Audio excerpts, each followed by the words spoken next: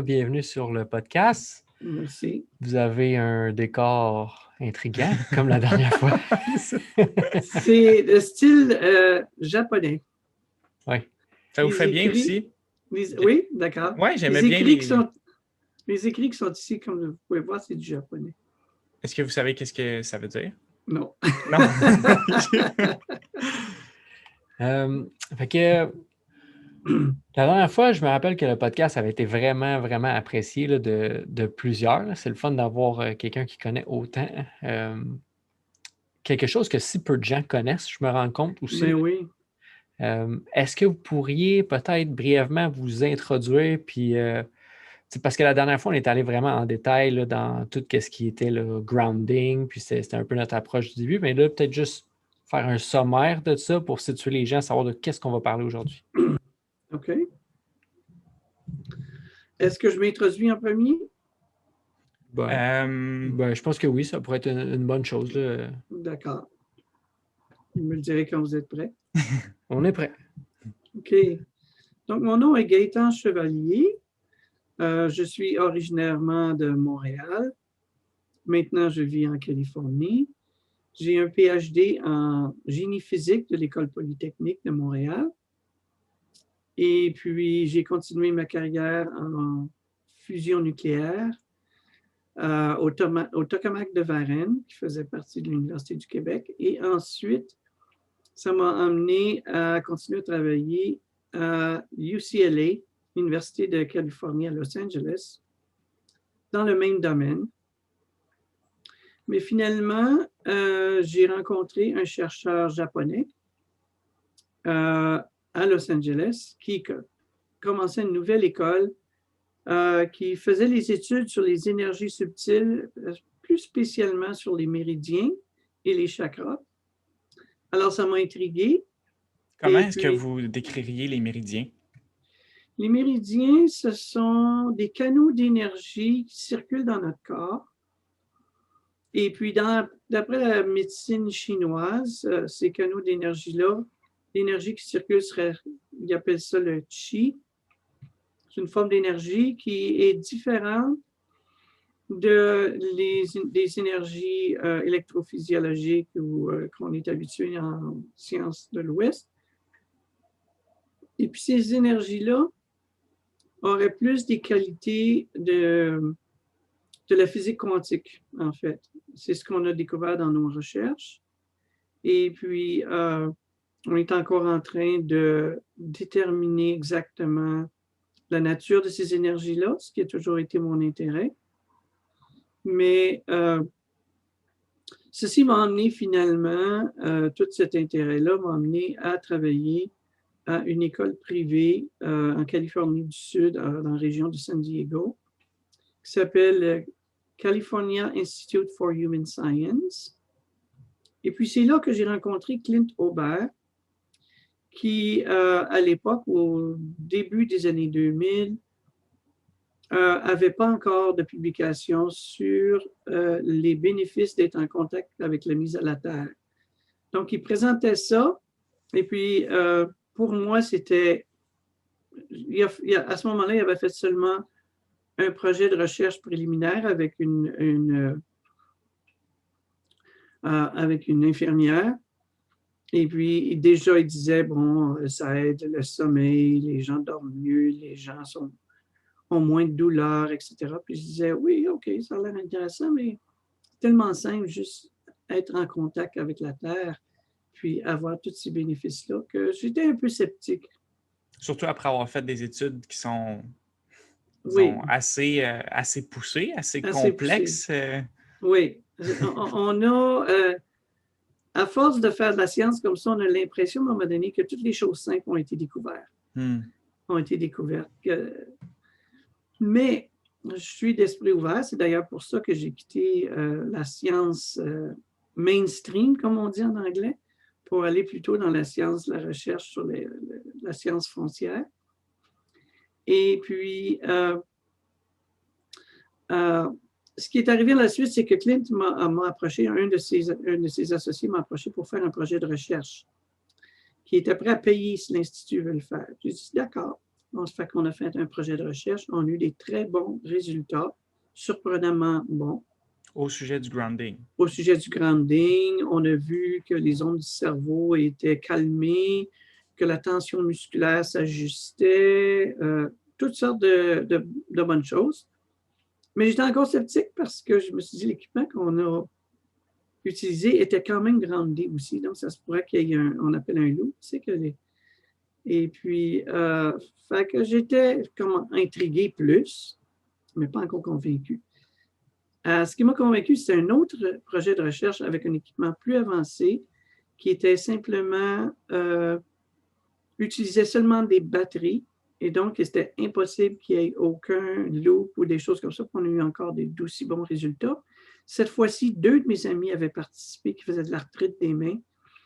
Très difficile à soigner. Même les médicaments avaient très peu d'effet et qui ont eu un très bon résultat. Ils sont d'ailleurs dans le livre Connectez-vous à la Terre. Alors, ça m'a convaincu. Là, j'ai été convaincu. Je dis, OK, d'accord. Là, j'ai commencé à l'utiliser moi-même. Et depuis ce temps-là, ben, je fais de la recherche sur les bénéfices de la mise à la Terre ou de la connexion à la Terre. Puis, est-ce que c'est vous qui avez inventé, si on veut, le matériel avec lequel vous faites les recherches ou le matériel qui mesure, je veux dire? Non, ça vient tout d'équipements commerciaux. En fait, un des équipements qu'on utilise est fait par une compagnie de Montréal qui s'appelle Thought Technology. Eux autres mesurent les ondes du cerveau. Ils ont un équipement de biofeedback qui permet de mesurer les ondes du cerveau, la tension musculaire. C'est cet équipement-là, en fait, qui était l'équipement le plus avancé, qui utilisait des batteries au lieu d'utiliser... donc, c'est l'équipement qu'on a utilisé qui m'a actuellement convaincu que nos résultats étaient réels. Puis c'est drôle, hein, parce que vraiment, je peux comprendre que quand on fait des études, des recherches sur quelque chose d'aussi précis, on finit par se dire que les choses simples, ben, effectivement, comme vous avez dit, sont déjà découvertes. Mais on dirait que de plus en plus, on se rend compte de l'importance de la respiration, l'importance d'avoir les pieds au sol, l'importance de notre hydratation, l'importance de l'alimentation, si je ne l'ai pas déjà dit, mais le sommeil, tu sais, des petits trucs pour la santé qui sont tellement, mais tellement simples. Puis on dirait que des fois, on passe à côté parce qu'ils sont si simples et on dit, ben non, ça ne peut pas être ça. Tu sais, ce qu'il nous faut, c'est un genre de traitement miracle qui n'a pas encore été découvert. Et beaucoup de la population, beaucoup des gens, c'est pour ça qu'ils vont voir les docteurs. Et puis là, ben, ils se font prescrire des pilules. Et puis, ce n'est pas la solution réelle, parce que la solution réelle, c'est dans notre style de vie. Si tu manges chez McDonald's, je ne sais rien contre McDonald's, mais tu manges chez McDonald's, il y a eu un rapport, en fait, de quelqu'un qui a mangé pendant 1 mois à McDonald's, et il ne filait pas très bien. Mais si tu continues à manger du fast-food tout le temps, puis tu vas avoir des problèmes de santé, mais si tu veux que le docteur te fixe ça avec des pilules ou avec des traitements, tu vas avoir des traitements toute ta vie parce que tu ne vas pas à la cause. Alors, c'est ça que c'est une leçon pour moi puis pour beaucoup de gens présentement qu'on est en train d'apprendre, que la vie n'est pas si compliquée qu'on pense, que les choses simples sont extrêmement importantes. Notre corps est déjà super intelligent, a besoin seulement de choses très simples pour fonctionner, il n'a pas besoin de manger 3 repas par jour pour la plupart, à moins que tu sois jeune en train de grandir. La plupart des gens rendus à mon âge n'ont pas besoin de 3 repas par jour, c'est trop. On n'a pas besoin on a besoin de certains éléments très importants. On a besoin des vitamines, des minéraux. On a besoin des bonnes protéines, de pouvoir dormir, de pouvoir avoir de l'eau pure et d'être en contact avec la terre. Et puis, notre corps s'occupe du reste. C'est tout simplement qu'on a été dans une société technologique, si on veut, que c'est comme si on s'est emballé par cette technologie-là, puis qu'on oublie les bases. J'ai parfois l'impression que on est une société, une culture qui souffre d'amnésie vraiment profonde et sélective, qu'on oublie bien ce qu'on veut oublier. Puis, disons que parfois, on a besoin de gens qui vivent ces simplicités-là, puis qui nous rappellent que c'est possible. Puis, tu sais, des fois, par un simple exemple, on dirait que ça vient, ou des mots qui résonnent avec nous, ça vient réveiller quelque chose de très, très profond, puis qui nous rappelle comme une certaine vérité qu'on savait, mais qu'on a oublié justement. Comme si parfois les enseignements des grands maîtres spirituels, ben finalement, ils étaient des maîtres spirituels parce qu'ils nous aidaient justement à prendre conscience de ce qu'il y a déjà à l'intérieur de nous. Puis, il n'y a pas personne, dans le fond, qui est surpris quand on parle que bien dormir, ça va aider tous les autres aspects de ta vie, que d'aller dans la nature, toucher le sol, rentrer tes pieds dans la boîte, sentir la pluie sur ton corps, vient aussi comme avoir un effet qui est grandement bénéfique.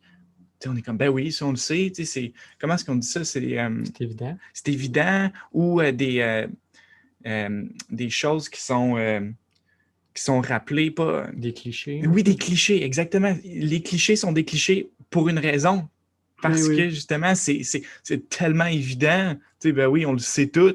Mais, qu'est-ce qui fait en sorte que... Mais en fait, j'aimerais savoir de votre part, je me dis, pour arriver à ces conclusions-là, il faut finir par voir le corps de façon différente, puis peut-être comprendre un peu plus profondément qu'est-ce que l'humain, qu'est-ce que le corps humain. Qu'est-ce que c'est l'humain et le corps humain selon vous?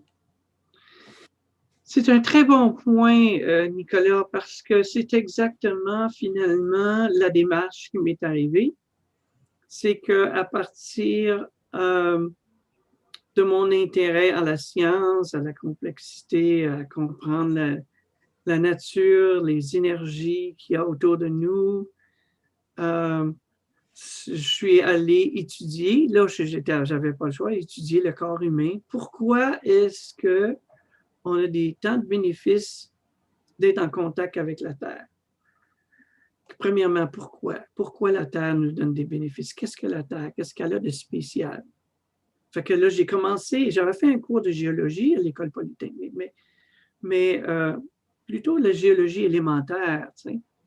J'ai découvert, par exemple, que les 2 zones les plus prônes au tremblement de terre dans l'Amérique du Nord sont la Californie, bien entendu, mais qui est en deuxième? C'est peut-être le Québec. Là. Il y a une C'est faille, le la Québec. faille de Logan. Ah ouais. C'est le Québec, absolument. C'est le Québec. Puis est-ce que ce serait dans les régions comme Charlevoix ou... Un peu partout au Québec. Ah ouais. Okay. Apparemment que la rivière Saint-Maurice aura été créée, ou la séparation qui aura créé la rivière Saint-Maurice aurait été créée aux environs du temps que Jacques Cartier est venu, parce qu'il avait fait des maps de le long du fleuve Saint-Laurent. Quand il est revenu la deuxième fois, il dit il y a des choses différentes. Fait que, il y a eu plusieurs, même quand dans les années 80, vers la fin des années 80, on a eu un très, très bon tremblement de terre à Montréal. Je me souviens des choses dans mon appartement. Les bibliothèques bougeaient. Fait qu'on a eu des très bons tremblements de terre. Et les tremblements de terre sont pas super fréquents. En fait, ils sont fréquents, mais à très basse intensité, comme en Californie, très basse intensité. Fait que j'ai appris des choses comme ça, mais ce que je n'avais pas appris, c'est que la Terre est une batterie, que la Terre est constamment rechargée d'énergie par le Soleil et qu'il y a un processus qui est encore en train d'être étudié. On comprend beaucoup de choses, mais pas à 100%. C'est que la surface de la Terre est chargée négativement, alors qu'il y a une zone dans l'atmosphère qui s'appelle l'ionosphère, qui est chargée positivement. Et puis, c'est maintenu, en fait, par l'énergie du Soleil. Le Soleil, les rayons du Soleil, bien entendu, contiennent différentes fréquences, non seulement le visible, mais l'ultraviolet aussi. Et l'ultraviolet, si ça viendrait tel quel à nous, ça ne serait pas très bon, ça cause des problèmes. Donc, la Terre, l'atmosphère absorbe la plus grande partie des ultraviolets dans une couche qui s'appelle l'ionosphère. Puis, si vous remarquez bien le nom ionosphère, il y a le mot ion dedans. Puis, un ion, c'est une molécule qui est électriquement chargée. Ce n'est pas une molécule neutre. La plupart des molécules de l'air, du moins que l'on respire, ont une charge négative et une positive équilibrée. Ils sont neutres. Mais ce qui arrive, c'est que l'énergie du Soleil est absorbée par les molécules de l'air qui sont maintenant séparées en deux, en une charge positive et une charge négative. Et puis, à ce moment-là, c'est fait par les rayons ultraviolets. Donc, ça absorbe les rayons ultraviolets, mais ça crée une ionisation dans l'atmosphère. Ensuite de ça, ces ions-là sont on dirait, transportés par les nuages, surtout les nuages de tonnerre, sont transportés. Et puis, il y a un processus, c'est ça le processus complexe qu'on est en train encore d'étudier, qui prend que les charges négatives sont poussées vers le bas du nuage, alors que les charges positives restent en haut du nuage. C'est comme un accumulateur Van de Graaff, si tu veux, où est-ce qu'il y a un processus qui sépare les charges. Et puis, le processus continue. La quantité de charge s'accumule, la séparation de charge s'accumule. Toujours dans l'ionosphère. Oui, en fait, c'est qu'ils sont en dessous de l'ionosphère, ces nuages-là, mais ils sont en contact avec l'ionosphère. Il y a des parties qui sont en contact. Donc, ça vient dans le nuage, et puis là, il y a un système de séparation de charges qui fait que les charges négatives sont poussées vers le bas du nuage, les charges positives vers le haut du nuage, puis ça fait comme un accumulateur de charges. À un moment donné, le potentiel que ça crée négatif au bas du nuage est tellement énorme que ça crée une décharge entre le nuage et la Terre et qu'on appelle un éclair. C'est une décharge électrostatique similaire à celle qui arrive quand on marche sur un tapis puis qu'on touche un bouton de porte métallique, puis que là, on a une décharge. C'est la même chose. Imaginez-vous la quantité de voltage que ça prend pour faire une décharge électrique, électrostatique entre les nuages qui sont quoi? 1000 de hauteur et la Terre, comparativement à nous. Nous, là, quand on a une décharge électrique, qu'on touche une poignée de porte, ça peut monter notre voltage à 30 000 volts. Mais on n'est pas tué parce que le courant qui passe est très faible. C'est toujours le courant qui est dangereux. Hein?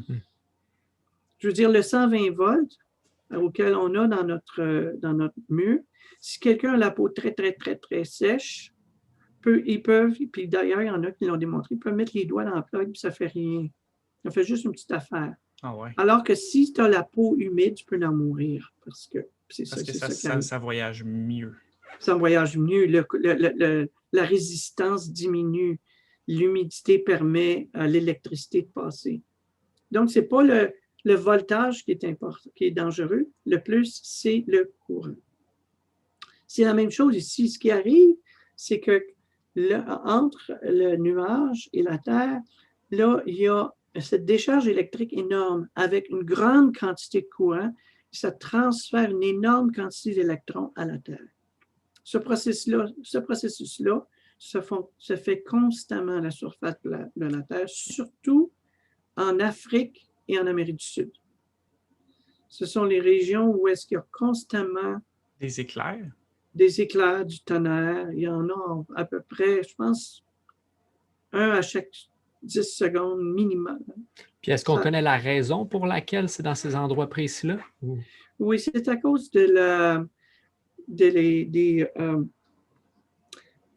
la configuration de la masse terrestre et de l'atmosphère. Si vous remarquez, c'est dans les zones tropicales où est-ce que l'air chaud peut accumuler plus d'humidité que l'air froid. Donc, ça permet plus l'accumulation, plus des régions où est-ce qu'il y a des montagnes aussi. Donc, il y a aussi une partie de l'Asie, tu sais, comme l'Indonésie aussi qui contribue. Et toutes ces parties-là, c'est sûrement que c'est aux environs de la zone équatoriale. Donc, c'est pour ça que quand on est en train d'enlever les forêts dans l'Amazone, c'est un peu concernant parce que si on change trop les conditions, on peut affecter ce phénomène-là qui est extrêmement important pour la survie de non seulement des êtres humains, mais une grande partie de la vie sur la planète. Il y a aussi le fait que l'oxygène aussi vient des plantes. C'est-à-dire que si on continue à consommer de l'oxygène et que les plantes n'en produisent pas assez, qu'on détruit trop de plantes, à ce moment-là, on peut se retrouver avec un manque d'oxygène ou une diminution d'oxygène. Mais le plus important, le point le plus dangereux à ce moment-ci, c'est que supposons que les éclairs arrêtent sur toute la planète. Ça va prendre seulement 45 minutes à 1 heure avant qu'il n'y ait plus de charge sur la planète, du tout. Seulement. Il faut que ça continue continuellement. Est-ce que ça prendrait 45 minutes parce qu'il y aurait trop d'humains qui absorberaient cette énergie-là? Non, l'énergie se dissipe naturellement dans l'atmosphère. Il y a un courant continu qui s'en va de... Ça dépend des conventions, là, mais en fait, c'est des électrons qui quittent la Terre et qui s'en vont vers l'atmosphère. Donc, ça crée un courant continuellement extrêmement faible. Okay. C'est 1 microampère par kilomètre carré. Extrêmement faible. Mais sur la grandeur de la planète, ça fait un courant qui est quand même énorme. Ce courant-là serait suffisant, si on ne fournit plus d'énergie, serait suffisant pour que, en 45 minutes environ, pour que la charge de la surface de la planète soit dissipée. Ça aurait des impacts au niveau de la vie cellulaire? Ça aurait oui, des impacts... ça aurait des impacts au niveau de notre énergie, de l'énergie des animaux. Ils ont fait des expériences, par exemple, ils ont mis des personnes dans des chambres spéciales où est-ce que c'est des chambres avec un métal spécial qui s'appelle le métal mu. Ce métal-là, c'est un métal ferromagnétique qui empêche, c'est comme une cage à Faraday, mais c'est plus qu'une cage à Faraday, parce qu'une cage à Faraday est faite avec des métaux comme le cuivre, etc., pour empêcher les ondes électromagnétiques de rentrer. Mais cette cage-là arrêtait non seulement les ondes électromagnétiques, mais aussi le champ magnétique terrestre. Après 1 heure, les gens ne se sentaient pas bien, il fallait qu'ils sortent de là. Fait qu'il y a un effet on est des êtres also électriques, bioélectriques. Et puis, la fonction de nos mitochondria, par exemple, nos mitochondrions, il y a une partie du système qui produit l'ATP, c'est qui est la molécule adénosine triphosphate, qui est la molécule qui produit l'énergie dans tout le corps. Pour produire cette molécule-là, les mitochondrions ont besoin d'oxygène, mais ont besoin aussi d'électrons. D'ailleurs, il y a une partie du système qui s'appelle la chaîne de transport d'électrons. Si le corps manque d'électrons, ça veut dire que le mitochondria n'aura pas ce qu'il lui faut, les mitochondrions n'auront pas ce qu'il lui faut pour produire l'ATP. À ce moment-là, on va se sentir très, très fatigué. D'ailleurs, si vous remarquez, les gens qui vivent dans les zones très humides, comme par exemple dans les régions de Seattle, où est-ce que c'est très, très, très humide, les gens sont facilement fatigués. C'est qu'on perd notre charge électrique négative qu'on a quand on est grandé, on la perd à l'atmosphère. Même si on le peu qu'on a, par exemple, si on mange des aliments naturels, parce que la plupart des aliments qu'on cultive de jardin, ils sont du jardin qui est en connexion avec la terre. Donc, ce sont des aliments vivants. En fait, on peut mesurer si un aliment est vivant en mesurant la quantité d'électrons qu'il y a dedans. Il y a un équipement très, très simple. C'est comme quelque chose qu'on peut mettre dans une pomme. Puis, on peut voir si elle a une charge négative. Ça s'appelle pour mesurer le potentiel d'oxydation et de réduction. Et puis, si le potentiel est positif, ça veut dire que la pomme va t'enlever de l'énergie. Va te faire plus de mal que de bien. Oui. Puis si la pomme est négative, à ce moment-là, tu as une pomme vivante qui va te donner de l'énergie. Wow. Puis, est-ce que, disons, on parle souvent du biologique puis du conventionnel. Est-ce que vous connaissez, disons, est-ce que vous savez s'il y a une différence entre une pomme biologique et une pomme conventionnelle? Qu'est-ce qui fait en sorte qu'une pomme est chargée positivement puis une pomme qui est chargée négativement? Ouais, c'est la façon dont ils sont traités. Si tu prends une pomme, par exemple, qui vient juste d'un arbre directement, cette pomme-là, c'est évident qu'elle est chargée négativement. Mais qu'est-ce qui arrive avec les pommes? C'est que les pommes sont transportés ailleurs, et des fois, ils sont pris en étant pas parfaitement mûrs. On fait souvent ça avec les fruits, hein? On les prend pas exactement mûrs, il y a un gaz qui permet aux pommes de mûrir. Mais ça, ce que ça fait, c'est que ça enlève la charge électrique tranquillement aux pommes. Donc, ça fait que les pommes deviennent plutôt perdent leurs électrons. Parce que les électrons, c'est la partie mobile des charges. Autrement dit, si tu regardes si quelque chose est chargé ou pas chargé, tu regardes s'il manque d'électrons ou s'il y a trop d'électrons. Pas s'il y a trop de charges positives.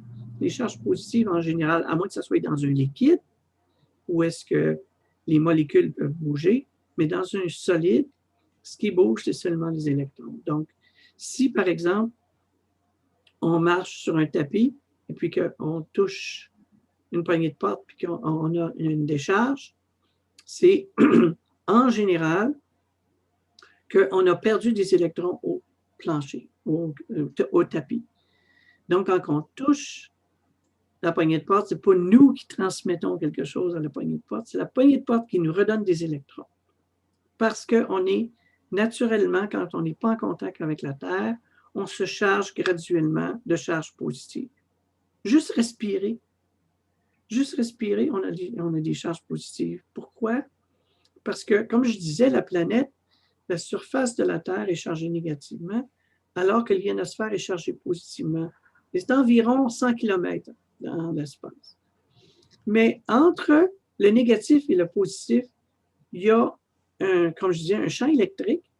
Il y a aussi une différence de potentiel électrique. Autrement dit, le potentiel à l'extérieur, là, dans une place où est-ce que c'est, mettons, un champ où est-ce qu'il n'y a rien, le potentiel va monter d'environ 100 volts par mètre. OK? C'est gros, 100 volts. Ça veut dire que quand on est à 1000 pieds dans les airs, on a 100 fois 10, on est rendu à 1000 volts. Plus que ça. Parce que c'est juste un pied, c'est 100 volts par mètre. Donc, 100 mètres, ça serait 10 000 volts. OK? Mais on n'est pas électrocuté parce qu'il n'y a pas de charge. Mais cependant, ce voltage-là, qu'est-ce que ça fait? Ça fait que le peu de charge qu'il y a dans l'atmosphère sont des charges positives. C'est pour ça que les gens disent « Oh, un générateur d'ions négatifs, pourquoi c'est si bon? » C'est la même chose, c'est que les ions négatifs, ça génère des ions négatifs, alors que l'air a des ions positifs. Quand on respire ça, on reçoit plus d'électrons. La même chose, les gens, par exemple, vont ici, où est-ce que je suis, en Californie, dans le sud de la Californie, les gens font faire du surf. OK? C'est incroyable comment ils sont mordus de faire du surf. Ils vont se réveiller à 5 heures, 6 heures le matin pour aller faire leur surf avant d'aller travailler. Et puis, ils font ça été comme hiver. C'est pas que l'hiver ici est super froid, mais la température peut descendre à 10-15 degrés. Et ils vont pareil. Ils vont pareil. Ils ont des swimsuits qu'on appelle noirs. Et ils vont pareil. Pourquoi? Parce qu'ils ont plusieurs bénéfices. Le premier bénéfice, c'est que la meilleure méthode de se mettre en contact avec la Terre de tout, c'est de saucer dans l'océan. Parce que l'océan est rempli d'un liquide très salé qui est extrêmement conducteur. Première des choses. Ce que ça fait aussi, c'est que les gens, quand on est sur le bord de la plage, même si on n'est pas dans l'eau, il y a de l'eau qui s'évapore, puis il y a des ions négatifs. Donc, on respire aussi des ions négatifs. En plus de ça, on a de la vitamine D à cause du soleil. Donc, c'est super énergisant pour le corps. pour ça quand on s'en va à la plage, ou c'est la même chose aussi aller en forêt. Hein? Les arbres produisent aussi des ions négatifs. Par Mais leur pourquoi? respiration, leur transpiration. Oui, c'est ça. Mais pourquoi est-ce que c'est si important? C'est parce que ailleurs, c'est tous des ions positifs. On respire des ions positifs constamment. On dirait que les ions positifs, je les vois vraiment comme des stresseurs, comme des agents stressants, justement, qui, nous, on les accumule, on les accumule, on les accumule de par notre respiration, de par l'activité cellulaire, de par plein de raisons. Puis qu'à un moment, il faut vraiment qu'on les évacue, ou sinon on est trop chargé. Puis je ne sais pas si ben, oui, on peut sûrement le sentir à un moment donné qu'on est électrique finalement, là, plus que ce qu'on devrait être. Ouais, une des indications, bien entendu, c'est quand dans le climat sec. Ce qui arrive, c'est que quand on est en climat pas sec, ces choses-là n'arriveront pas comme, tu sais, quand on est dans un climat humide, parce qu'à ce moment-là, ce qui arrive, c'est que les charges dans l'atmosphère, ils sont, comment je dirais ça, ils sont répartis partout. Tu sais. C'est comme, parce que l'humidité, comme, c'est un peu, ça rend comme l'air un peu plus conducteur, si vous voulez. Donc, à ce moment-là, il n'y a pas de danger. Mais qu'est-ce qui arrive, c'est qu'à l'intérieur, on accumule des charges positives. Aussi, en mangeant des aliments processés, beaucoup, tu sais, on mange encore des charges positives. Il y a plein de... Ils appellent ça le stress oxydatif. C'est que les molécules à l'intérieur sont des molécules avec de l'oxygène, puis qui manquent d'électrons. L'oxygène est comment on appelle ça? Court après les électrons. Hein? C'est un attracteur d'électrons. Il n'est jamais satisfait. Même quand un atome, par exemple, même quand un atome d'oxygène est neutre, il va être encore électronégatif. Ça veut dire qu'il va avoir encore la capacité d'attirer un électron de plus. C'est un peu comme les huiles transformées aussi. Les huiles végétales, c'est le même principe. Dans le fond, c'est des huiles qui sont extrêmement instables et qui vont finir par créer une cascade d'électrons parce qu'ils vont chercher à stabiliser. Ça se peut. Je ne suis pas très familier avec ça. Ben, il me semble que c'est le même principe. C'est ce qui fait qu'une fois que tu les manges, eux autres, ils cherchent à se stabiliser constamment puis ils finissent par te voler des électrons. Mm-hmm. Oui, c'est ça. C'est exactement ça. C'est ce qui va arriver c'est ce qui arrive avec ce qu'on mange. Quand ça s'en va dans notre système, ils vont nous voler des électrons pour essayer de se stabiliser. C'est ça le stress oxydatif. On en crée juste avec le stress lui-même. D'être stressé, à ce moment-là, ça crée encore plus de stress oxydatif dans notre corps. Si on revient avec, mettons, un point de vue santé, qu'est-ce que ça... Parce que comme ça me disait tantôt, est-ce qu'on finit par être trop positivement chargé, puis ça finit par créer la maladie? Puis si oui, mettons, pourquoi? Est-ce que ça a un... Parce que je lis beaucoup sur l'eau ces temps-ci, puis les cytoplasmes, ces choses-là, puis je me demande, est-ce que ça a une influence sur la structure de notre eau intracellulaire? C'est quoi le mécanisme en arrière de ça? Le mécanisme. Ce qui arrive, c'est que... c'est beau de voir ça. Oui. C'est beau de voir aller. Là. Ce qui arrive, c'est que, OK, c'est une question complexe. Oui, je me gratte la tête parce qu'il y a plusieurs phénomènes reliés à ça. Mm-hmm. Premièrement, il faut savoir que notre système immunitaire lui-même utilise des charges positives. On a besoin de charges positives. Notre système immunitaire lui-même utilise des charges positives pour tuer les bactéries. Quand il engulfe, un neutrophile engulfe, je ne sais pas comment on dit ça, mais mange une bactérie, il la digère avec des acides. Puis parfois, au lieu de digérer avec les acides, s'il n'est pas capable de digérer la chose, de l'avaler, il va simplement mettre des acides dessus. Donc, s'il y a un endroit d'infection, à ce moment-là, ils vont essayer de détruire l'infection avec des acides. Mais qu'est-ce qui arrive, c'est que ces acides-là, après ça, il faut qu'ils soient neutralisés. S'il n'y a pas assez d'électrons dans le corps pour neutraliser les acides, ça fait de l'inflammation chronique. Et c'est normalement qu'est-ce qui arrive à pratiquement toutes les personnes qui ne sont pas grandées dans notre société. On construit, on a des petites blessures, on a des petites choses qui arrivent. On construit tranquillement, OK, des inflammations chroniques de bas niveau dans le corps. Et avec les années, ces inflammations-là sont de plus en plus, ne sont pas neutralisées, fait que le corps trouve d'autres moyens. Il y a un chercheur qui s'appelle Anne Sellier, qui était en fait à l'Université de Montréal, qui a découvert que ce que le corps fait dans ce temps-là, quand il y a une inflammation puis une infection qui n'est pas capable de contrôler, il va l'isoler, il va créer une poche autour pour l'isoler. OK? C'est une solution partielle. Mais une autre forme aussi qu'ils vont faire, c'est qu'il va y avoir de l'enflure. Il y a des personnes qui ont les jambes enflées, tu peux être sûr qu'ils font de l'inflammation. Sûr qu'ils font de l'inflammation. Le corps essaye, par l'enflement, de diluer l'acide qui est à l'intérieur. OK? C'est la même chose quand on a de l'inflammation, à un moment donné, puis c'est rouge, et puis c'est bombé, tout ça, c'est que tout simplement que le corps essaye de diminuer la quantité d'acide, l'acidité de la situation avec plus liquide, parce qu'il n'y a pas assez d'électrons pour neutraliser. C'est pour ça que quand on grande une personne qui a une inflammation aiguë, ça prend 5 minutes, la personne a douleur disparaît, puis la personne dit « Wow! » L'inflammation disparaît en dedans de 20-30 minutes. Complètement. C'est pas un phénomène. Les gens pensent qu'un phénomène, même plusieurs docteurs, pensent que c'est un phénomène naturel pour combattre l'infection, etc.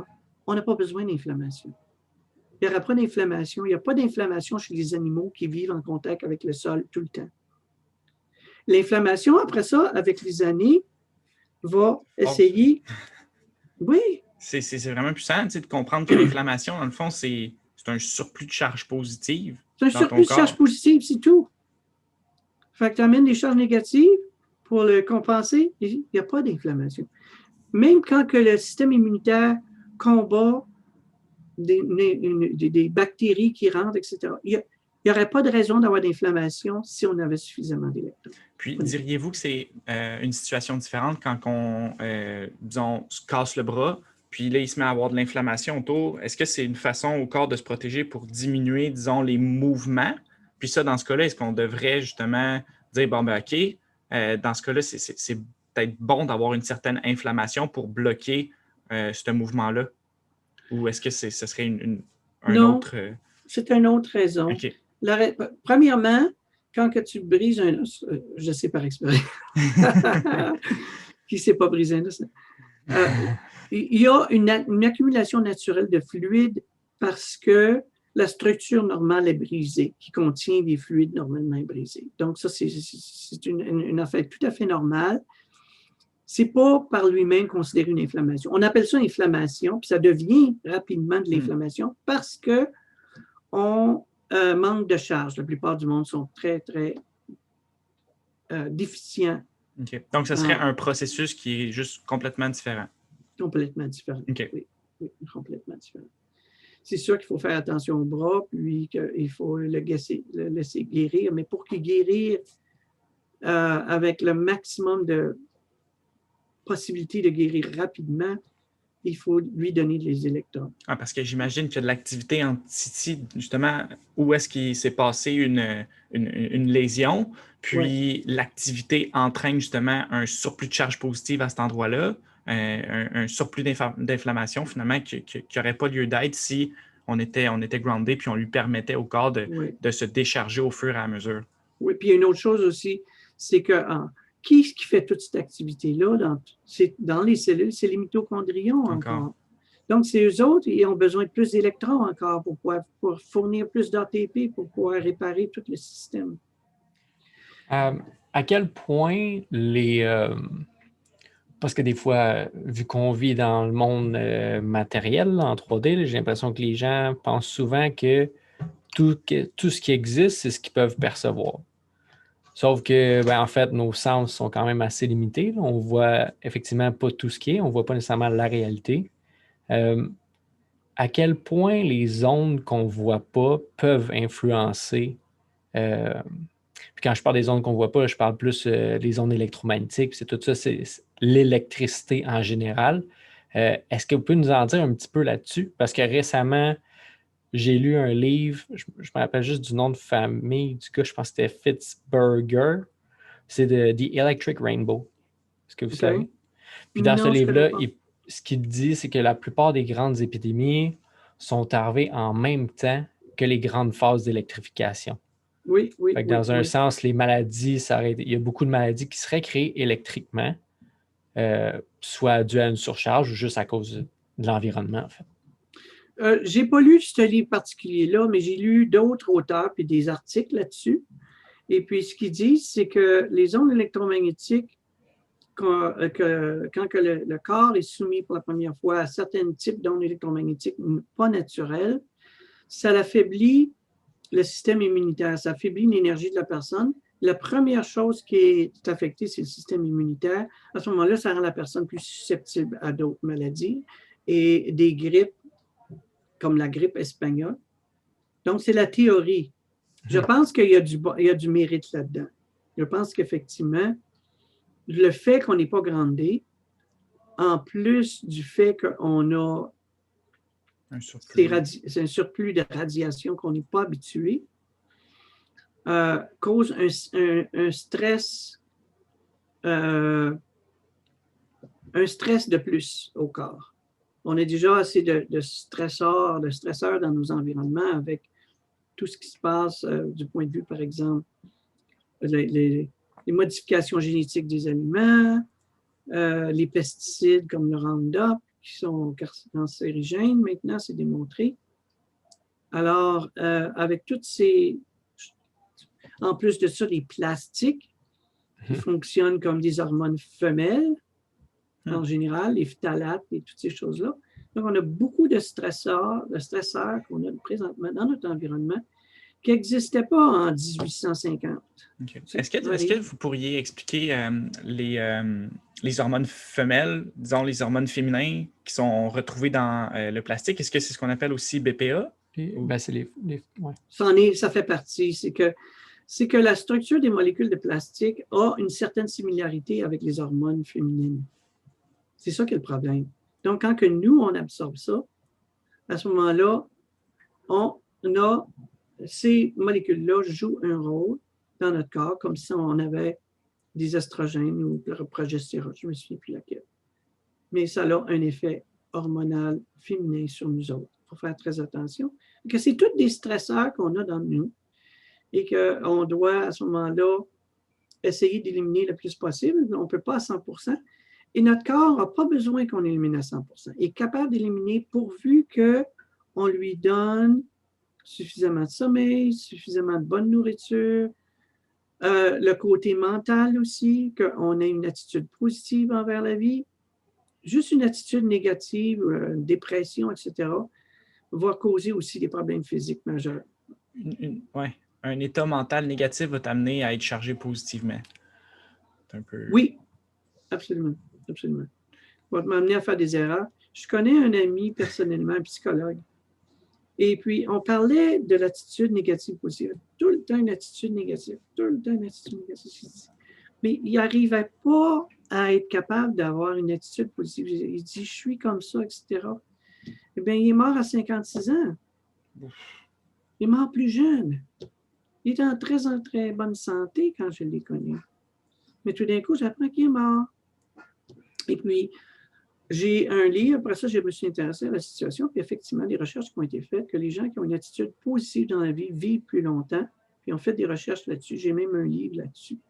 Il y en a un que je lis beaucoup, c'est le Dr. Thomas Cowan.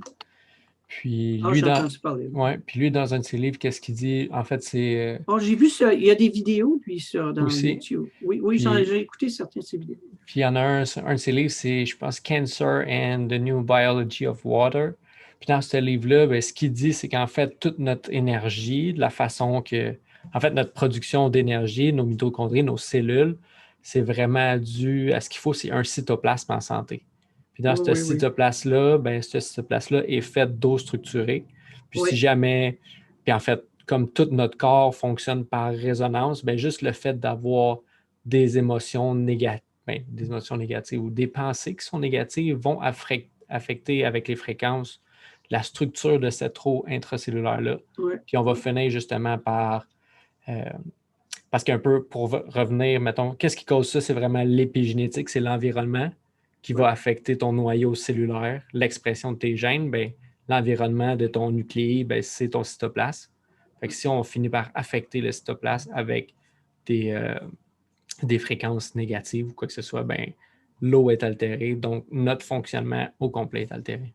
Oui, mais il y a un autre aspect de ça. Ça, c'est l'aspect, si tu veux, de l'eau structurée de Gérald Pollack. Oui. Il parle de Gérald Pollack. Oui, oui.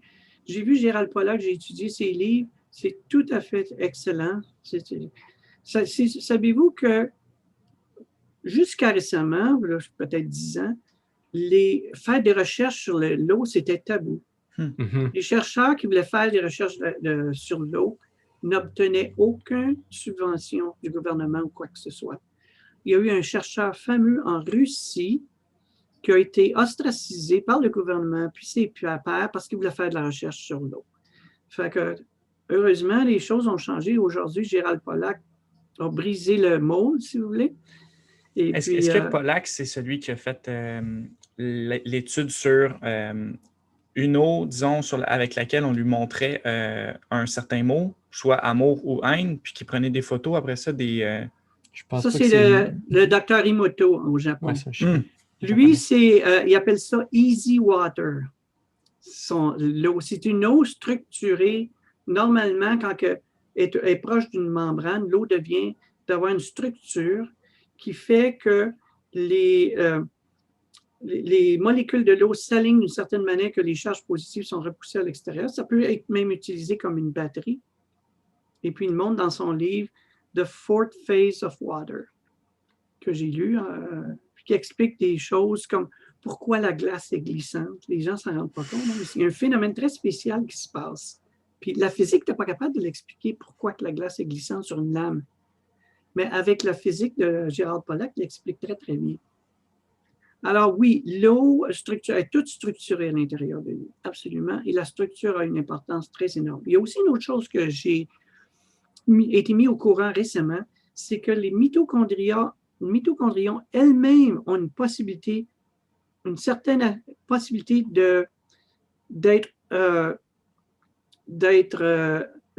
d'avoir des impressions de l'environnement. Donc, ils sont affectés par l'environnement directement et réagissent à ça. Tout est vivant. Les mitochondrions aussi sont vivants. Ça viendrait de leur... c'est leur membrane, en fait, qui est en... Oui. Ouais. Donc, ils réagiraient en fonction de ça. Donc, encore là, c'est l'environnement. Tu sais. Un mitochondrie, c'est une bactérie. Donc, tu sais, c'est qu'on dirait qu'on lui donne un nom puis qu'on oublie finalement qu'avant, ça vivait dans l'océan. Tu sais, qu'est-ce que ça faisait? Les mitochondriens, en fait, c'est une symbiose entre nous et une bactérie, en réalité. Puis qu'on a hijacké cette bactérie-là, on a fait un accord, puis on dit, OK, tu vas nous produire de l'énergie, puis nous, on va te donner une place pour vivre, des choses comme ça.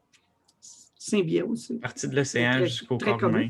Ouais. J'ai acheté récemment, là, parce que justement, après avoir lu beaucoup sur l'eau et tout ça, je me suis dit, il faut que je prenne plus. En fait, il faut que je porte plus attention à cette eau-là que j'ai en dedans de moi. Faire de mon mieux pour aider la qualité de cette eau-là. Je me suis commandé aussi c'est Quentin Water, de l'eau de Quinton. Oui, l'eau de Quinton. Oui. Puis je trouvais ça cool, justement, que dans ce que je lisais et ce que j'entendais, c'est que notre eau intracellulaire, justement, elle est pareille ou presque pareille comme l'eau de la mer. Oui. C'est une eau salée à peu près à la même concentration que l'eau d'océan. Ouais. Tout ça, c'est très intéressant. Ouais. Mais pour continuer, je voudrais continuer parce que là, on est dans l'inflammation. Oui. Et puis, l'inflammation grandit tranquillement à l'intérieur du corps. Et qu'est-ce qui arrive? C'est que le corps a différents mécanismes pour essayer de fonctionner, même malgré ça. Fait que il va faire des enflures à des places. Il va essayer de mettre un mur autour ou une poche autour des régions d'inflammation. Mais éventuellement, quand il y a dépendamment de la génétique et des prédispositions de la personne, la personne va développer soit de l'ostéoporose, parce que pour pouvoir fonctionner, il va falloir à un moment donné que le corps ait des charges négatives.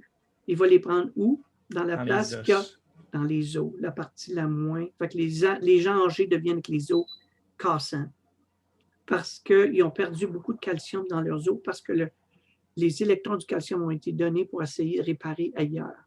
Ça, c'est une des affaires. Ils vont faire de l'arthrite, c'est l'inflammation qui fait ça, ou ils vont faire des problèmes cardiovasculaires, ou ils vont faire Alzheimer, le diabète. Toutes ces choses-là sont dues à de l'inflammation. Si vous regardez, là, ça devient assez fantastique le nombre de maladies qu'on développe avec les années qui sont dues à l'inflammation. Ça inclut toutes les maladies cardiovasculaires, la plupart des cancers, Alzheimer's, diabète, toutes les formes d'arthrite. C'est incroyable. On a des grounding ou mise à la terre a des succès fantastiques avec les personnes qui font de l'arthrite. C'est incroyable. Les doigts sont croches, sont pas capables de marcher. Et puis après un mois ou deux, on y a un cas d'ailleurs dans le livre d'une personne qui était alitée, incapable de marcher après l'avoir grandi pour une couple de mois. Il répondait à la porte lui-même après. Fait que tout ça, ça a l'air miraculeux, mais c'est pas miraculeux, c'est que c'est comme autrefois, là, les marins ne savaient pas pourquoi ils tombaient très, très malades, puis c'était le scorbut, parce qu'ils ne savaient pas que c'était dû au manque de vitamine C. Mais si tu ne sais pas que c'est un manque de vitamine C, tu vas essayer de donner toutes sortes de choses, tu vas essayer de faire toutes sortes de traitements, ça ne marchera jamais. Parce que tu ne vas pas à la cause. C'est la même chose. Si tu n'as pas d'électrons, c'est bien de valeur, tu peux avoir des chirurgies. C'est pour ça que les traitements habituels, par exemple, pour le cancer, ça ne fonctionne pas. Les gens qui ont le cancer, ils n'ont plus d'énergie. Même pas assez d'énergie pour guérir. Fait qu'il y en a qui se disent, même si tu as le cancer, il faut que tu fasses du sport, ça va juste les mettre à terre plus. Il ne faut pas faire ça. Nous, on a aidé des personnes avec le cancer ici, puis on a réussi. Il y avait une personne qui avait le cancer du sein, qui était rendu assez grave parce qu'elle avait des métastases qui s'étaient développées dans l'épine dorsale. Donc, la situation était très sérieuse. Mais elle ne voulait pas faire de chimiothérapie ni de radiation-thérapie. Donc, ce qu'on a fait, c'est que, premièrement, changer cette diète. Avoir une diète médecine naturelle. Fait qu'elle a vu un bon naturopathe qui a changé sa diète complètement. Ensuite de ça, deuxième affaire qu'on a faite, c'est qu'elle n'a pas d'énergie. Il faut lui fournir d'énergie. Mais les énergies des guérisseurs, ça ne paraît pas, mais ça fonctionne. Ça donne une énergie qui est utile. Ça l'a aidé beaucoup. Nous, on avait une machine qui permettait de voir l'énergie de la personne. On voyait qu'avant et après un traitement de pranic healing, puis je ne dis pas ça juste parce que c'est pranic healing, mais Reiki, toutes ces choses-là, les gens disent que c'est rien, mais ça fonctionne. Ça donne de l'énergie aux gens. Pour elle, je voyais la différence. Après 1 heure de traitement de pranic healing, son énergie était revenue. Est-ce que c'est un transfert ou c'est plus un canal qui est ouvert que la personne va ouvrir? Ça dépend des méthodes. Okay. Ça dépend des méthodes. Idéalement, il ne faut pas que tu utilises ton énergie pour transférer parce que c'est toi qui le perds. Il faut que tu trouves il faut que tu sois un canal. C'est ça qui arrive aux massage thérapeutes. Ceux qui sont des massages, les thérapeutes là, qui utilisent le massage sur les gens, ils deviennent eux-mêmes. C'est très rare qu'ils durent plus que 5 ou 10 ans. Ils sont obligés de lâcher. Ils commencent à faire de l'arthrite, ils ont des choses. On dirait que leur énergie s'en va aux patients. On s'est aperçu qu'en les faisant faire des traitements, en les étant en contact avec la terre, ils ne développent pas ces problèmes-là. On a fait ça avec, vous connaissez Deepak Chopra? Bon, Deepak Chopra avait un centre ici à San Diego, et puis il y avait un centre avec des gens qui faisaient des massages ayurvédiques. Mais ils se sont aperçus qu'il fallait faire très attention. Ces personnes-là pouvaient pas faire plus que 2 ou 3 massages par jour. Il fallait qu'ils s'en aillent chez eux parce qu'ils perdaient de l'énergie. Donc, ce qu'on a fait, c'est qu'on les a groundés. On a été en contact avec, j'étais ami avec le directeur de recherche du centre de Deepak Chopra. qu'on a réussi à le convaincre de faire un projet de recherche. Et puis, on a eu des extrêmement bons résultats. Ça a été publié dans des revues scientifiques. Grosse différence. Donc, les massages thérapeutes, ceux qui font du massage, s'ils veulent rester en santé, pouvoir travailler pendant longtemps, grandez-vous, mettez-vous en contact avec la terre. Soit que vous mettez votre patient en contact avec la terre, vous pouvez mettre un petit matelas, groundé, puis le patient dessus, puis vous pouvez travailler dessus. Ou bien non, ce qu'on a fait dans le centre de Deepak Chopra, on a fait des grands matelas. Les personnes faisaient leur massage nu-pied dessus, puis ils transféraient l'énergie. Donc, ce qui arrive avec le temps, c'est que la personne va développer un problème que, après ça, on dit que c'est des problèmes du vieil âge et puis que ça ne se guérit pas, puis qu'on ne peut rien faire. On a juste des médicaments pour empêcher les douleurs, etc. Mais ce n'est pas vrai. Ce n'est pas normal. On n'est pas supposé d'avoir de l'inflammation, de l'arthrite, des maladies cardiovasculaires. Les maladies cardiovasculaires, ça ne vient pas. Il y a beaucoup de mauvaises conceptions là-dessus, que c'est dû aux différents types de gras, le gras saturé, insaturé, etc. La première cause, c'est qu'on a de l'inflammation dans le corps. Si on en fait, cette inflammation-là, ce n'est pas nécessairement la cause, il y a quelque chose qui cause cette inflammation-là. Ce qui cause l'inflammation elle-même, c'est le manque d'électrons. C'est que le corps n'a pas les ressources qu'il lui faut pour fonctionner comme il faut, c'est tout. Ouais, je pense que ce qu'Eniko aussi voulait dire, c'est c'est comme si on se coupait nous-mêmes, on se faisait mal nous-mêmes. C'est ça, il y a certaines habitudes qu'on fait qui créent cette inflammation-là. Puis là, oui, ensuite de ça, il y a un manque justement d'électrons pour neutraliser ces stresseurs-là qu'on s'inflige à nous-mêmes finalement, puis qu'on ne serait peut-être pas obligé. J'ai de la misère à concevoir qu'on pourrait être malade si on faisait juste respirer par le nez, être groundé, puis boire de l'eau qui nous hydrate et manger des aliments qui sont naturels. Je ne peux pas concevoir qu'on serait malade. Mais ça ressemble vraiment à ce que, disons, peut-être nos ancêtres faisaient. Oui, effectivement, mais c'est juste la chose logique à faire. Oui, c'est ça. Puis, avant, je crois que ça n'existait pas, les cancers, les maladies cardiovasculaires. Sais-tu qu'est-ce qu'il y avait eux autres? Il y avait des infections. Il y avait des maladies infectieuses. Pourquoi? Parce que les conditions sanitaires étaient affreuses. Personne ne savait dans ce temps-là. Ils opéraient, là. Il y avait, dans le temps, vers les années 1860-1870, quand ça a commencé à être un docteur s'est aperçu de ça. Il travaillait sur des cadavres, décomposer des cadavres, puis après ça, il allait délivrer un bébé d'une femme enceinte, avec les mêmes mains et tout, sans se laver les mains, rien. Je veux dire, tu donnes à la femme des bactéries, tout ça, je veux dire, c'est sûr. Fait que là, il y a un docteur qui a proposé « Hey, j'ai des meilleurs résultats quand je me lave les mains, les femmes ont moins de problèmes, Ils l'ont tellement ostracisé qu'il a fini en psychiatrie. Parce que dans ce temps-là, c'était considéré comme c'est ridicule. Puis maintenant, on regarde ça et c'est ridicule. Il me semble que c'est évident, mais est-ce que dans 10 ans, 20 ans, 100 ans, ça va être la même chose avec le grounding, de voir que c'était vraiment devant nos yeux et qu'on ne le voyait pas? Absolument. J'ai l'impression que c'est la même chose. On va voir toutes ces maladies-là, on va dire, c'était-tu stupide? On ne savait pas. On ne savait pas. C'est si simple. Il va falloir nous quitter dans une dizaine de minutes. Déjà, ça a bien été. Oui, c'est ça. Ça a déjà pris 1 heure. Écoute, moi aussi, là, je continuerai sans fin. Mais on avait commencé ça avec la question « Qu'est-ce que c'est un humain? » Oui. Qu'est-ce que c'est un humain? Wow. La grosse 10 minutes. question. La grosse question, 100 millions de dollars. Ouais. Qu'est-ce que c'est un être humain? Pour moi, c'est un être spirituel, en premier. C'est un être qui est un esprit divin. Donc, je ne suis pas catholique, même si je suis né catholique, mais je suis définitivement spirituel. Et je crois qu'il y a un créateur qui a créé l'univers. Et je pense que s'il y a une harmonie dans l'univers, et puis que si on vit en harmonie avec l'univers, on va avoir une belle vie heureuse.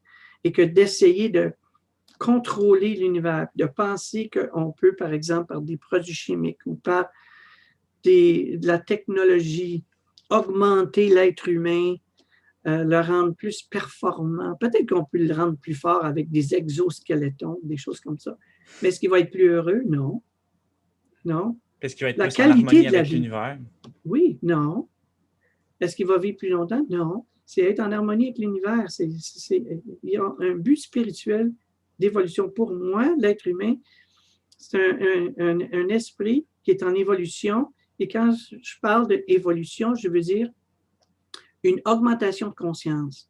On doit apprendre des nouvelles choses, que ça fait partie de notre évolution. Si tu regardes l'évolution de la vie sur la Terre, là, 3,5 milliards d'années, il y avait juste des petites molécules, il y avait juste des petites bactéries, puis ça a évolué, ça a évolué. En même temps que ça évolue sur le plan physique, il y a une évolution sur le plan de la conscience. C'est clair que c'est la direction de l'évolution, d'augmenter la conscience des êtres qui vivent dessus. Puis on n'est pas rendu à la fin de ça. On continue, notre conscience augmente. Puis pour moi, ce qui est spirituel, c'est ce qui aide l'augmentation de notre conscience, à devenir plus conscient de la réalité, plus conscient des autres personnes, plus conscient de notre environnement. C'est comme ça qu'on va apprendre beaucoup plus que si on essaie de contrôler la nature. Puis de dire, bon, ben là, tiens, on est plus smart que la nature, là. Toutes les plantes, on va les modifier génétiquement, puis on va faire une nature modifiée génétiquement, puis ça va être plus parfait que la vraie nature. Vous allez voir, ça va être un désastre total. Ah, ben, on le voit déjà. On le fait déjà. Ça va être un désastre total. La même chose, mettre des implants dans l'être humain, dans le cerveau, puis que tout, là, lorsqu'on soit connecté à l'ordinateur, ça va être super, on va avoir toute l'information qu'il nous faut par l'ordinateur. Mais on va avoir perdu notre humanité, puis c'est notre qualité de vie. Carrément. Puis, tu sais, vous parlez de vivre en harmonie avec l'univers. Puis la meilleure façon d'être en harmonie avec l'univers, c'est d'être en harmonie avec soi-même, puis de s'implanter quelque chose d'exogène dans le cerveau pour je ne sais trop quel avantage, tu sais, finalement. Ne pas utiliser le mot. Oui, c'est ça, de ne pas avoir besoin de parler. Mais, tu sais, on dirait que justement, on s'éloigne de nous-mêmes, on s'éloigne de l'univers, de cette harmonie-là qui est disponible, puis qui est vraiment, dans le fond, à l'intérieur de toi. Oui. Je pense que la vraie science, c'est une science pour comprendre notre rôle et notre harmonisation dans l'univers, puis on va avancer beaucoup plus vite que d'essayer de penser qu'on va être maître de l'univers, qu'on va tout transformer la nature, puis on va l'améliorer, on va faire des êtres humains artificiels beaucoup supérieurs aux êtres humains normaux. Jamais dans ça. Non, parce qu'on a tellement une belle technologie en dedans de nous, c'est juste qu'on fait juste la remettre dans les mains des machines. À chaque jour, je découvre à quel point le corps est intelligent, c'est incroyable, ça dépasse. En fait, la plupart des choses que notre technologie, c'est mimiquer, c'est imiter ce que la nature fait. Mm-hmm. Est-ce que vous auriez une porte d'entrée pour, je m'en doute un peu, là, mais pour la personne justement qui voudrait comprendre ça, comprendre comment s'harmoniser avec l'univers, arriver là tranquillement? Là. Mais je pense qu'une des choses les plus simples, c'est quand ils lisent le livre « Connectez-vous avec la Terre », je pense qu'il y a beaucoup de notions là-dedans on parle, par exemple, que la Terre est une batterie qui nous aide à nous régénérer, mais c'est vrai aussi de prendre des cours, de suivre des cours de nutrition ou d'essayer de... L'idée, c'est prendre des cours puis d'essayer de comprendre c'est quoi notre rôle dans la vie, c'est quoi notre rôle dans la nature, pourquoi est-ce qu'on a été créé, pourquoi est-ce qu'on arrive ici, là, l'évolution arrive avec des créatures qui ressemblent à nous autres au lieu d'avoir 20 doigts puis 3 têtes, ou je ne sais pas trop. Pourquoi que c'est fait comme ça, puis pourquoi que c'est quoi l'intelligence derrière ça, c'est ça. Moi, je suis comme Einstein, je disais, je veux comprendre comment Dieu pense. Le reste, c'est des détails. Puis, est-ce que c'est qui est pressé ici? C'est moi, j'ai de quoi. OK, parfait. C'est bon. Génial. Parce que là, je savais, OK. Ben, je pourrais vous laisser continuer. Non, mais peut-être que je pourrais continuer avec juste une petite question. On a 4 minutes. Mais qu'est-ce que vous pensez, Gaétan, qui est votre but ici? Vous parlez de se connecter à Dieu, puis qu'on a été placé ici pour une raison, mais est-ce que vous avez découvert votre raison, vous? Qu'est-ce qui vous... Ouais? Non seulement j'ai l'impression, OK, pour moi-même, j'ai fait premièrement cette recherche-là depuis l'âge de 14 ans. J'ai lu la Bible à l'âge de 14 ans et puis ça m'a transformé. Après avoir lu ça, j'ai dit, je ne comprends plus. On ne vit pas en harmonie avec ce que Jésus dit. Notre religion, je veux dire, c'est pas en harmonie avec ce que Jésus dit. Fait que là, j'ai commencé ma recherche. J'ai commencé à zéro. Ça a été une crise pour moi profonde parce que j'avais plus de point de repère. On nous donne le point de repère que ça fonctionne d'une certaine manière. Mais là, j'avais plus rien. Je dis, je pars à zéro. Puis je lisais Descartes. C'est un peu nerd, là, comme ils disent en anglais. Là, mais je lisais Descartes, le discours de la méthode, de douter de tout. J'avais juste 14-15 ans. J'ai dit, ouais, OK. Je recommence à zéro, tu sais. Fait que depuis ce temps-là, j'ai étudié tout ce que je pouvais sur la nature, comme tu vois, l'évolution, les côtés spirituels aussi, les différentes traditions religieuses, yoga, vipassana même. J'ai adopté personnellement la pratique de vipassana pour l'amélioration de mon mental. C'est très pratiqué aussi au Québec. Hein. Il y a un centre à Gatineau. Oui, en Gatineau. C'est pas à Gatineau, c'était à Montebello. Montebello, exactement. Montebello. Et puis, j'ai pratiqué ça depuis. J'ai pratiqué toutes sortes de techniques. J'ai essayé de savoir est-ce que la réincarnation, c'est vrai ou pas. Est-ce qu'on a juste une vie, c'est fini, ou est-ce qu'on en a plusieurs? Fait que j'ai fait des recherches. J'ai fait des recherches sur tout. Hein? Bon, ben ça pourrait être un bon sujet de podcast prochain. Ouais. J'aimerais vraiment ça, en apprendre davantage. Ouais. Je pense que tranquillement, justement, ça s'en vient. On dirait qu'on trouve la science commence à ressembler pas mal, pas à ressembler à une religion parce qu'il y a du monde qui adhère à des choses qui ne sont pas vraies pour rien. Mais je veux dire, on finit par voir que le spirituel, peut-être plus, puis la science, ça finit par arriver à la même place. C'est la même chose. Ouais. En réalité, c'est la même chose parce que pour moi, comme je dis, spirituel égale expansion de conscience. Bon, la méthode scientifique, c'est une méthode pour nous aider à expanser la conscience. Le restant, là, ce qu'on nous a fait du point de vue spirituel, puis je ne sais pas trop quoi, là, pour moi, là, présentement, c'est comme ça n'a plus de signification. Je veux dire, si je vois les choses vraiment spirituelles, tu regardes toujours que c'est des gens qui sont plus conscients, tout le temps. Tout le temps. C'est ça qui est la marque réelle, pour moi. Puis, est-ce que, dans le fond, si je comprends bien, votre but, ce serait comme de scinder le côté spirituel avec la science? Est-ce que ce serait ça un peu votre objectif de, si on veut, verbaliser cette connexion-là qui existe entre spirituel puis le monde dans lequel on existe, nous, notre place dans tout ça? Absolument. En fait, le docteur Hiroshi Motoyama que j'ai rencontré à Los Angeles dans les années 80, début des années 90, l'institut où je suis allé. OK, salut. Je vais le fermer, je vais m'en occuper. L'institut où est-ce que je suis allé, c'est un institut exactement pour ça. Lui, c'était un prêtre shinto, un parapsychologiste, et puis en même temps, il avait 2 doctorats. Fait que son but, c'était justement de faire cette union-là. Fait qu'en m'en allant là-bas, j'ai appris quelque chose qui s'appelle la science intégrale avec Ken Wilber, qui ont la même chose au Japon. Comment intégrer toutes les connaissances qu'on a pour mieux comprendre l'humain, mieux comprendre et servir l'être humain d'une manière positive. C'est exactement ça. Si tu vas sur le website de California Institute for Human Science, CIHS.edu, vous allez voir que c'est la mission. La mission, c'est faire l'intégration de la science et de la religion. C'est une des missions. Puis, avez-vous l'impression qu'on se rapproche? J'ai l'impression qu'on vit présentement comme l'enfantement dans les douleurs. Si vous voulez, on est dans la phase des douleurs ou comme une plaie qui guérit et qu'il y a beaucoup de pus qui sort. Fait que je pense qu'on est rendu là? Oui. Okay. Je pense qu'on est rendu là. Je pense que les choses vont changer dans les prochaines années, qu'on va avoir des changements énormes. Ouais, il y en a beaucoup qui parlent que, disons, avant que ça change tout ça, il faut qu'on atteigne, disons, les abysses. Oui. Puis, on est en train d'aller là. ben, c'est ça. Mais de savoir que c'est un processus normal, que pour s'élever, ben, il faut tout d'abord qu'on soit bas.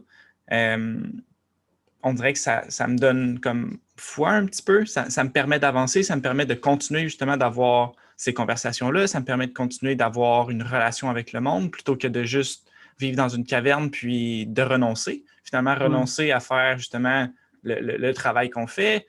Si, disons, on faisait tout ça, on s'isolait puis qu'on n'avait plus d'interaction avec le monde dans lequel on vit là. On a choisi de s'incarner ici pour une raison probablement, parce qu'on a quelque chose à apprendre, parce qu'on a quelque chose à redonner aussi à ce monde-là, ben on stagnerait. Finalement, l'évolution n'arriverait pas. Oui, absolument. Ouais. Donc, j'avais une autre question aussi tantôt, mais disons, ce sera un autre podcast, je crois que ce serait vraiment génial de parler un peu plus profondément de ces idées-là ensemble, si vous le voulez bien. Ça serait merveilleux. Parfaitement ouvert. Puis, génial. Donc, Nicolas est revenu pour closer notre podcast. Le mot de la fin. Exact. D'accord. Fait ben là, je ne peux pas vraiment revenir avec un mot de la fin. Mais finalement, ce que j'ai, là, c'est pas... Ah, c'était pas maintenant? Ouais. OK. Mais ça peut être le moi, il faut que j'arrête à midi maximum. OK. Puis donc dans 10 minutes. Midi dans mon... Ouais, chez vous. OK, ben en fait, on peut y mettre un terme à ce podcast-là. Je crois que l'information qui a été divulguée est vraiment parfaite, puis que ça va peut-être prendre... Parce que je me souviens que la première fois que les gens avaient écouté ce podcast-là, ils avaient dû le réécouter aussi. En fait, notre premier podcast qu'on avait fait ensemble. Donc, je crois qu'il y en a assez pour digérer tout ça tranquillement. On a créé assez peut-être de stress oxydatif chez quelques-uns. On va aller peut-être faire un tour en nature ou quelque chose. Je vais vous demander une question, pas personnelle, mais personnelle à votre podcast. Oui. Est-ce que vous avez une grosse audience? Comment grosse est votre audience? Ben, tranquillement, ça s'en vient. Là. Je dirais qu'on a peut-être 500 écoutes par mois. Là, fait que, ça grossit tranquillement. Puis en fait, je trouve ça difficile maintenant parce que on a beau faire un contenu qui, moi, je le trouve bon, là, puis je ne voudrais pas que ce soit autre chose que ça, mais je trouve que c'est de plus en plus difficile d'avoir un genre de visibilité parce que, à cause des algorithmes et tout ça, être nouveau dans le milieu, surtout là, tout le monde s'en vient en ligne. Il y a beaucoup d'attention qui est dispersée un peu partout. Là, Oui. J'ai d'autres. Je suis demandé régulièrement à plusieurs podcasts. Mais il y en a une au Québec qui voulait faire un podcast, mais mettait des conditions qui, pour moi, n'étaient pas acceptables. Mais en général, vous autres... Sur les choses que vous avez le droit de dire, sur les choses que vous ne pouvez pas dire ou... Pas de cette manière-là, comme par exemple, il fallait l'annoncer dans nos propres... Il fallait mettre tant d'annonces dans nos propres... par exemple, dans le Earthing Institute. Puis il fallait donner entièrement tous nos droits du podcast. On n'a plus le droit, mettons que ça dit quelque chose qu'on n'aimerait pas, on n'a pas le droit de rien faire, pas le droit d'avoir une copie. Puis ça, c'était une invitation qu'on vous offrait. Oui. Ça n'a pas été une très bonne. Ça n'a pas fonctionné, finalement. C'est ça. Ben, nous, comme dans pas mal tout ce qu'on fait, on y va vraiment au plus simple, puis on se rappelle que c'est ça qui fonctionne, là, les choses qui sont simples. Là. On veut juste avoir une honnête conversation, la partager, puis je me dis qu'avec le temps, ça va finir par trouver ceux que ça l'a trouvé. Oui. Mais je dois dire que c'est la seule, dans tout le monde entier, c'est la seule personne qui était aussi raide sur il fallait faire des annonces régulières dans nos propres choses, toutes les pièces. Mais c'est sûr que de devoir créer une audience ou comme un peu devenir un Deepak Chopra, ça prend une certaine dévotion. Il faut être au bon endroit, au bon moment, partir quelque chose maintenant, puis continuer. Donc, c'est pour ça que là, ça fait maintenant 1 an qu'on a des podcasts pratiquement à chaque semaine. Tout d'abord, on le fait pour nous. Tout d'abord, c'est un peu égoïste de penser ainsi, mais en Oui. réalité, c'est que ces conversations-là nous font extrêmement de bien. Puis si on peut justement ensuite de ça les partager avec notre communauté en premier lieu aussi, parce que c'était ça notre but premier, c'était Ouais. tout simplement de trouver un médium pour partager les conversations que Nicolas et moi on avait, puis qu'on était les deux seuls finalement à écouter puis à participer, alors Ouais. que maintenant, ben, on a justement un médium qui nous permet d'avoir ces conversations-là avec plus de gens, puis peut-être des fois, comme dans le podcast qu'on avait fait ensemble la première fois, il y a plusieurs mois, ben de changer certaines perceptions du monde chez certains humains avec qui ça a résonné. Tu sais. Je peux vous dire que vous n'êtes pas les seuls. C'est un truc mondial. J'ai été interviewé par deux femmes cette fois-ci qui ont les mêmes idées que vous dans leur coin, qui sont d'Angleterre. Ça s'appelle Up My Podcast. Et puis, c'est un peu le même format. Deux femmes qui m'interviewent et puis qu'on parle de différentes choses, etc., pour que leur audience aussi, puis c'est un podcast aussi. Puis il y en a d'autres. Je veux dire, votre idée vient de quelque part, d'un genre de conscience supérieure, parce que ça s'en vient universel. Ça s'en vient universel. Les gens veulent avoir l'information, veulent... fait que ces podcasts-là ont un rôle très utile. Je pense que l'énergie du Taurus, probablement, tantôt on parlait qu'on était dans les abysses, mais peut-être qu'on est là puis que ça brasse, il y a des choses qui brassent, il y a de l'énergie, puis tranquillement, à un moment donné, boum, il y a quelque chose qui va sortir de là. Mais tout d'abord, il faut être là, puis il faut brasser des choses, puis c'est peut-être ce qu'on ressent qu'on a besoin de faire, tout le monde ensemble, dans cette grosse conscience collective-là, qu'on doit comme continuer, on doit brasser des choses parce que, à un moment donné, il va y avoir la fontaine de jouvence qui va apparaître à travers il y a quelque chose qui va sortir de tout ça. Très confiant aussi. J'aurais juste une dernière question, finalement. Oui. C'est, tantôt, vous paraissez d'un homme extrêmement curieux qui n'arrêtera jamais d'apprendre. Ça, c'est sûr. C'est ça. Puis, présentement, je me demandais, qu'est-ce qui vous passionne? Quel genre de choses pique votre curiosité? Des fois, on a... à un moment, on parle justement, Nico, là, il s'est intéressé énormément au sujet de l'eau. Est-ce qu'il y a un sujet comme ça qui vous est nouveau, des nouvelles recherches dans lesquelles vous aimez plonger de ce temps-ci? Qu'est-ce qui vous passionne aujourd'hui? C'est intéressant ce que tu dis parce que quand je me suis plongé dans tout, dans différentes affaires, dans l'eau, dans ci, dans ça. Quand il y a des nouvelles, je regarde encore.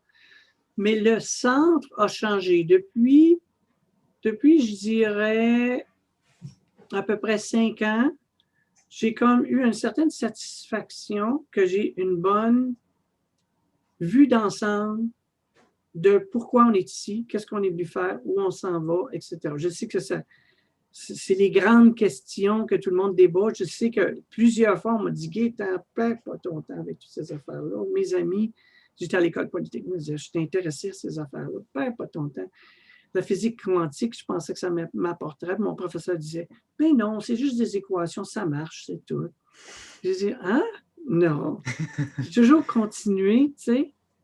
Et puis, pour le moment, je suis rendu à un point que je me dis, OK, je vais continuer d'apprendre pour moi-même, mais mon focus, là, il n'est pas intense comme il était, là. Je ne sais pas, je veux savoir comment ça marche. C'est fini, cette phase-là. Je suis passé dans une autre phase où est-ce que, maintenant, je veux aider les gens, je veux que j'ai l'impression d'avoir arrivé à un certain niveau où est-ce que je peux partager avec les gens, et puis je veux approfondir ma pratique spirituelle. Puis je pratique, pour moi, j'ai choisi, après avoir regardé tout, j'ai choisi Vipassana parce que c'est la méthode la plus profonde que j'ai trouvée personnellement pour la purification profonde du mental. J'ai essayé plusieurs techniques comme Rebirth, les respirations. J'ai essayé Past Life Regression. Ça, c'est une autre histoire. Mais finalement... un autre podcast. Ouais. Mais finalement... je m'aperçois que la méthode la plus puissante pour moi, c'est Vipassana. Fait que là, je me sens de plus en plus porté à passer de plus en plus de temps là-dessus parce que j'ai encore du travail à faire à ce niveau-là. J'ai encore des...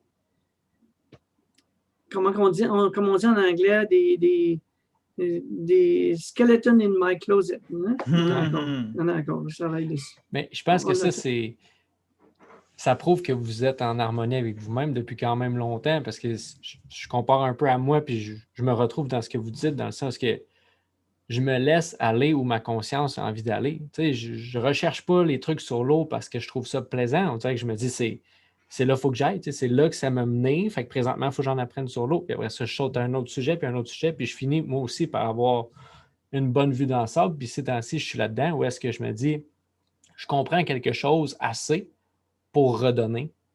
Puis je continue par apprendre justement pour moi-même, pour approfondir les choses. Mais à un certain niveau, là, il y a des choses qui ne valent pas la peine d'être enseignées, mais je pense que des fois, aller trop dans une profondeur aussi, on finit par plus aider la majorité des gens parce que c'est trop complexe. Oui. Trop se focusser sur un arbre, on perd la forêt. Oui. Exact. Oui. Ça, c'est une autre chose. Hein? Je veux dire, tu peux aller, par exemple, en physique quantique, puis il y a des gens qui prennent leur vie là-dedans à analyser. Je veux dire, très intéressé à toutes ces théories-là, de M-fold, puis superstring, puis tout le kit. Tu peux t'en aller dans cette direction-là toute ta vie, et puis tu vas devenir un spécialiste super bon là-dedans. Mais ces personnes-là, j'en ai connu, mais ces personnes-là ont des problèmes de santé parce qu'ils ne connaissent rien sur la santé. Oh, tu sais, ils n'ont pas un bon style de vie, ça n'a pas l'importance de la nourriture. Je veux dire, à un moment donné, à quoi ça sert? Ça sert-tu à faire une super carrière dans quelque chose que certaines gens vont choisir? Et puis, ça va leur apporter que peut-être qu'ils vont devenir professeurs d'université ou prix Nobel, whatever. Ou bien non, de comprendre pourquoi on est ici, en général. Puis, c'est quoi le but de la vie, tu sais? Je pense qu'on est en train de le comprendre tranquillement, justement, où est-ce que ça a été très, très, très important qu'il y ait des gens qui aillent dans le micro. Oui. Mais là, je pense que c'est un peu tout ça. Qu'est-ce qu'on vit présentement? On se rend compte que là, OK, là, il faut quelques généralistes qui sont capables de tisser des liens. Oui. Autrement, où est-ce qu'on s'en va? On s'en va nulle part. C'est parce que, vois-tu, avec la mécanique quantique, on a frappé le fond. Les particules sont des vibrations. OK. Les vibrations, c'est quoi? Bien là, c'est plus de la physique, là. Les vibrations ne sont plus dans le domaine physique. C'est les vibrations qui causent les particules. Fait que là, tu arrives que, OK, on ne peut plus aller plus creux, je veux dire, à moins d'avoir une perspective plus grande. Il y a un moment donné que, quand tu arrives assez creux, c'est comme un arbre, tu sais, je veux dire, tu creuses la terre, puis à un moment donné, tu arrives dans les racines profondes, puis là, tu vois qu'est-ce qui fait que l'arbre est si solide, tu sais, parce qu'il y a des bonnes racines, etc., tu sais. Ça, à un moment donné, c'est ça, on a fait des racines, on a creusé. OK, qu'est-ce que ça signifie à ça, tout ça? Tu sais, petit étoile, l'intègre, tout ça, ça fait la probabilité de présence de quelque chose. OK, good, qu'est-ce que je fais avec ça? Tu sais, ça change quoi dans ma vie? Tu comprends? Fait qu'à un moment donné, il faut réintégrer tout ça, qu'est-ce qu'on a essayé de faire, puis c'est là qu'on est. C'est définitivement là qu'on est. Et puis...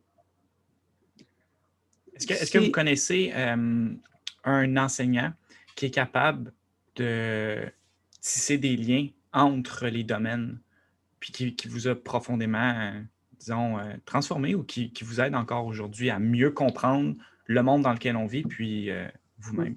Les travaux de Ken Wilber puis de Hiroshi Motoyama. Tu peux lire leurs livres. Ils sont en anglais, malheureusement. Je pense que Ken Wilber a été traduit en français.